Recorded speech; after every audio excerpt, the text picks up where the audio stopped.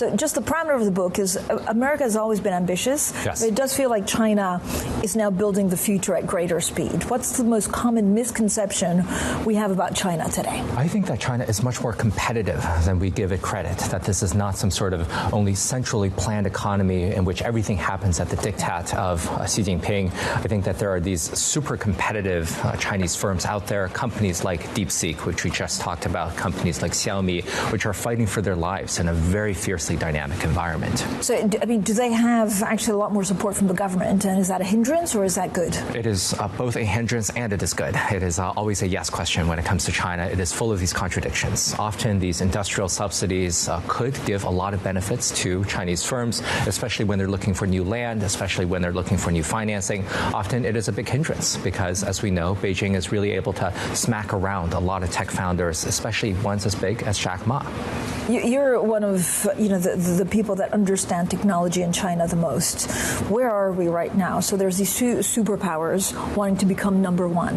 When does it get decided? Is it winner takes all, or can they compete for 15, 20 years? It will be competitive for a very long time. There is no race at the very end of it. There is no gold medal. There's no bronze. We don't know when someone will have won because this is a multi-dimensional race on many, many fronts, even on something like artificial intelligence. The U.S. right now has an absolute lead in the reasoning models, but as we can tell from all of these benchmarks, the Chinese are catching up in all sorts of ways.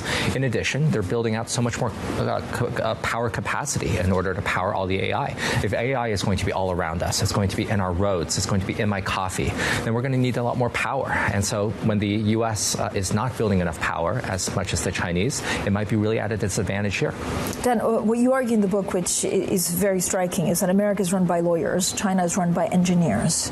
Does that automatically put the U.S. at a disadvantage? No, because the lawyers have advantages themselves. I'm coming to you from the U.S. West Coast, which is the only region of the world which has created not only one company worth over $1 trillion, this has created a half dozen companies worth over several trillions of dollars. That is absolutely an advantage. The lawyers are able to protect intellectual property. They're able to protect wealth. The rich feel comfortable with creating businesses in America.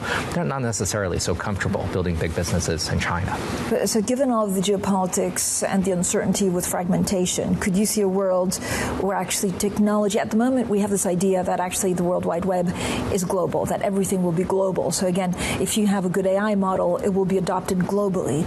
Could we see the reverse? Could we see two blocks with each having their own technology? We're already seeing fragmenting. So what we're seeing is that Beijing has been uninterested in the global internet. They don't want Facebook or Twitter or any of these pesky platforms from Silicon Valley over there.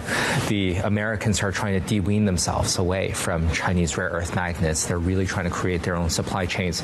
I think the future is going to look much more protectionist and more fragmented than the past.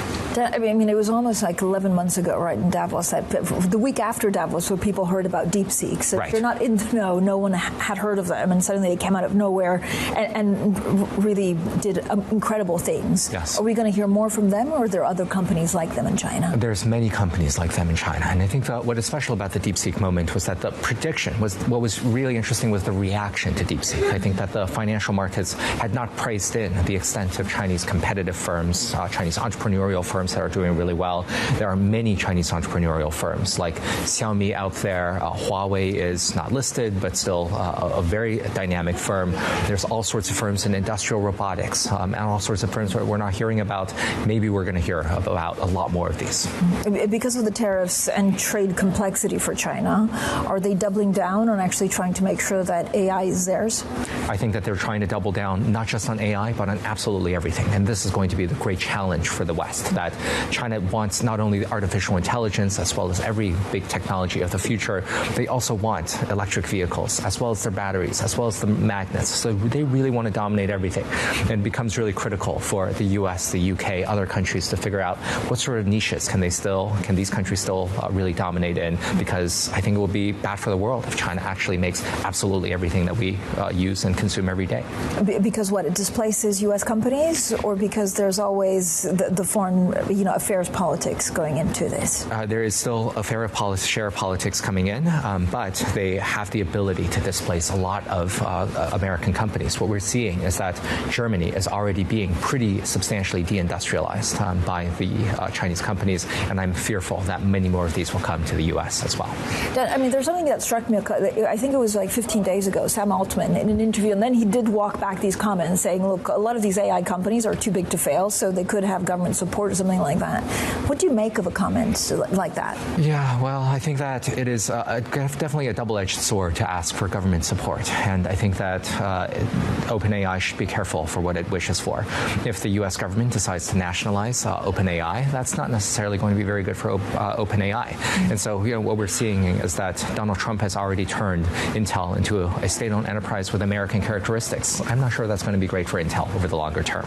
But I mean, we talk on this show day in, day out about valuations through your research, through your book, through your teaching at Stanford, and of course, what you've been understanding. Should we worry about valuation because of simply the competition from China? I think we should worry about valuation. The very valuations of especially AI is kind of eye-watering, even before China. And as we saw with DeepSeek, China can shift valuations pretty substantially all at once.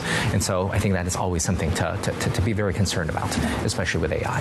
Dan, thank you so much for joining us. Dan Wang, author of Breakneck, Stanford University Hoover Institution Research Fellow, and of course you're up for an award this week. So